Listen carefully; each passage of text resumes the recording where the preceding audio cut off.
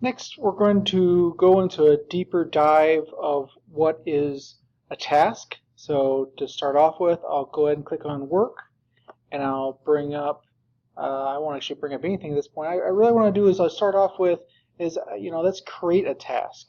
That'll be a good place to start. So I'm going to click on this little checkbox icon here, which allows you to create a task.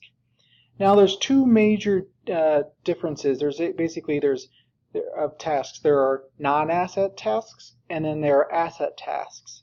So a non-asset task is basically just work out there on the system that is not tied to any one particular asset that we've already created. So as an example, what happens most often is, say, like there's erosion along the forest slope or something like that, where we don't actually have every square inch of the tollway system in as an asset at this point in time, or vegetation in as an asset fully populated.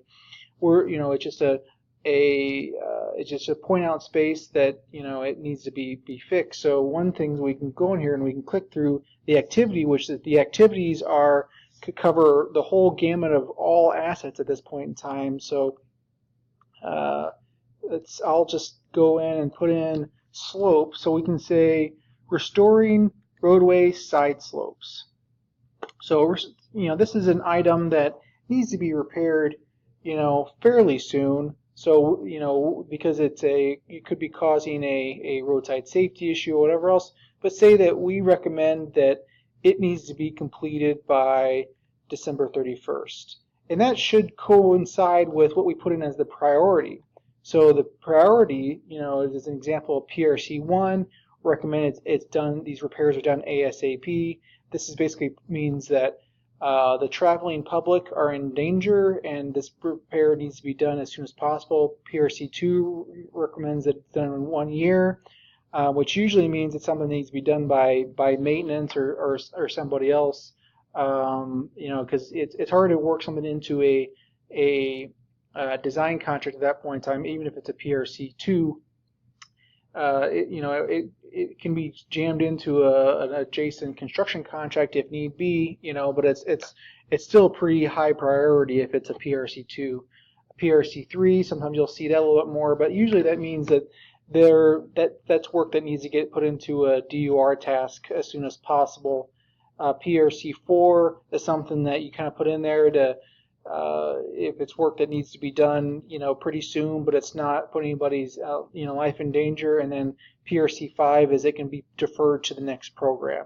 So say that this particular issue is hazardous to safety, we're going to go ahead and put it in as a PRC1.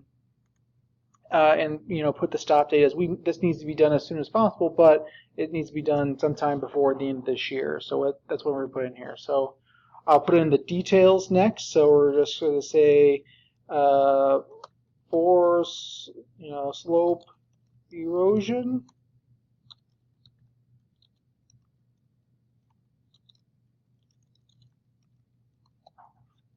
So for slope erosion, I guess I probably should have.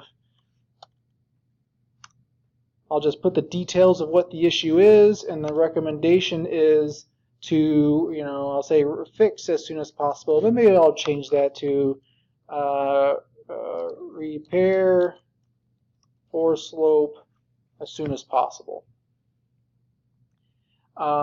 There's other information that goes underneath this. And this is where you can get into some quantities. So if you're saying that how much of an issue this is approximately 50 feet of forest slope. Maybe it's only like 10 feet wide and like a 1 foot deep. But then that also helps provide a quantity, how much work needs to be done. Sometimes you're not going to have quantities with this, but it's good to put quantities in there if it's something that you can quantify. So I'll click on next, and then I'll go ahead and add the location. So this is really important. You want to drop this pin wherever it's applicable for this particular spot, so somebody can come back here and easily come back to this point in space. So I'll click on that point. That's where the forest slope erosion is occurring at. and I'll hit next.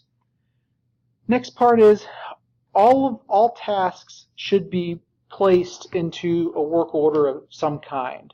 So ideally, this is something that there should be a work order already set up in place, and we'll assume that it is. So if it's something that probably needs to be done by the system-wide team, and something outside of maintenance repairs, maintenance abilities, you'll probably go ahead and put in the general defect task. But if it's something that can be done by maintenance, as an example, we're in M14, you might as well just go ahead and put it into the tollway M14 maintenance work order bucket at that point in time. So we'll go ahead and say finished, and then it will jump you right into that task. One other additional thing I want to stress is if you click over here on attachments, it jumps you down on attachments. It's really important that you add pictures. So this is where if you have pictures associated to this asset or this task, you would want to go in through here and then say upload the pictures here at this point in time. So I don't have any pictures for this particular asset, but often one of the first things that we do is if somebody comes back and says, hey, there's an issue out there, and they didn't take pictures of it, you know what usually happens? I usually send them back out to take pictures of it. So whenever you use the Cartograph One mobile app or the iPad application, it kind of pops up right away. So it's only that you can actually take pictures. So it's only through this web interface that you would see on a desktop is where you actually have to take this additional step. Otherwise, it's usually just a button as a part of the task. So that was a non-asset task. So let me jump over and do an asset task now and show you what the difference is. So as an example, let's say that this guardrail was hit. So I'll pull up this guardrail, the guardrail asset, and it'd say it's this particular stretch of guardrail. I can click on View. I go into the asset. Yep, that's the piece of guardrail that I'm looking to add a task to. So I can hit Create Task.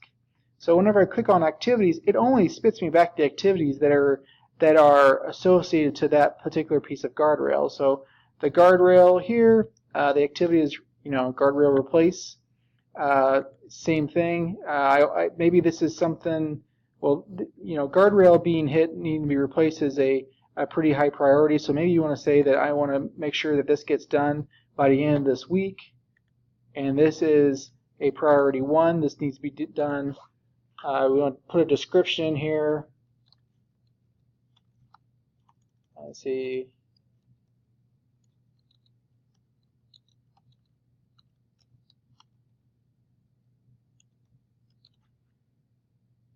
The guardrail was hit by vehicle. We recommend that you repair the guardrail. Okay, we'll get into quantities at this point. Well, how much do we need to repair? It's about 100 feet of guardrail that needs to be repaired at this point. So, guardrail is mainly in lineal feet, so length is more than sufficient for this particular application. So I'll hit that. Same thing. I'll go into the existing work orders. This particular one, let's say, is in M3, so I can say I'll type in M3.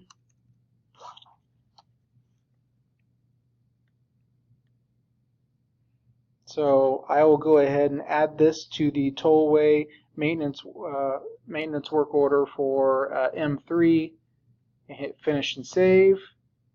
Now what you'll see is like the last one, it jumped me into that particular task, but when you're an asset, it doesn't jump you to that particular task. So what you'll have to do is click on tasks, and if you want to go into it and say add pictures, as like I stated previously, you have to jump into that task, go in here, go down to attached files, edit the attached files, upload pictures. We'll add Dave's picture on there. He's got now you can see that that just kind of showing you the workflow. So it just adds the picture into this particular task for future reference. So you can come back through here and we can look at some of the other information that's already in here. The the asset level information or the location information is something that does get does get populated later on, and it either gets pulled from the asset level, or if it's a non-asset based task, it gets pulled through a process that we do internally within the tollway system. So, but I will go through the tasks one more time. So, as we put in through here, there's activities. This is the information we put in through here. This is obviously, you see all the information we put in here. So say if somebody actually came in here and we put it in the wrong work order, say it's, honestly, it was an honest mistake. It's not an M2. It's not an M3. It's actually an M2. So you can switch that work order and now place it into M2's work order because, it was an honest mistake. Somebody, put it into M3 work order bucket. But they really should have put it into the M2 work order bucket.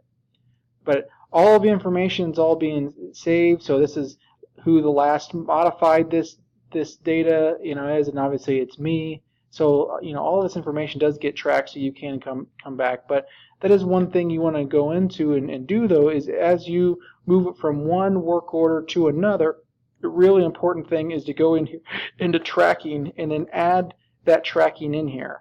So you can say today's dates, whose court is in. It's in the tollway's responsibility, and you want to come in here and say moved from M3 to M2 work order. Misplaced to begin with. And I can hit save, and that puts it in here. So that's just like we went through as far as going through the work order. Every time we will move it from one work order to another, we want to go in here into this tracking and update this so then we have current information, just so we don't get into any kind of cyclical motions where we put it into some guy's court and they say, no, it's not, I can't fix it, it goes in this guy's court. So we want to make sure we can identify that. So make sure you go in through and put into tracking every time. So there's additional information when it comes to cost estimates, attachments, labor. There's a lot of other things that kind of get affected. But all of these things, as you go in and actually create these, it all gets saved as a part of this particular task.